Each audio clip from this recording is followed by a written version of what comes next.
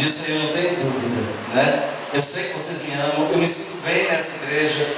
Essa igreja é uma igreja alegre, é uma igreja que vibra com a presença do Senhor, é uma igreja que vibra com a alegria de ter os irmãos como irmãos da presença de Deus. É uma igreja que não tem vergonha, acabamos de ver aqui. É uma igreja que faz aquilo que é preciso fazer para glorificar o nome do Senhor. Aleluia. E a obra de Deus. Glória a Deus. Isso é muito bom, isso é muito gratificante. Eu quero dizer para você nesta noite que Deus havia preparado esse momento. Nem eu pela manhã sabia que eu estaria aqui pregando essa noite.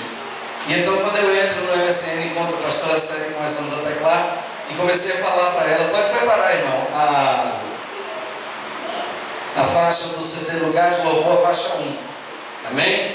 E a gente já vai louvar a Deus para ganhar tempo, porque Deus hoje quer falar com o seu povo. Aleluia. Mais uma vez neste lugar. Glória a Deus. Ele sempre tem falado, e sempre aquele que está atento à voz de Deus o tem ouvido.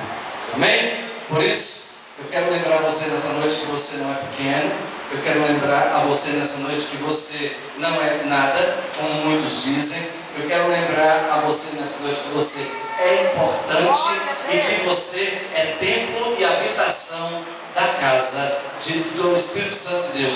Você é casa do Senhor dos Exércitos. Amém? Pode soltar o playback, irmão. Atenção! É agora que o bicho vai pegar. Vamos ver o CD.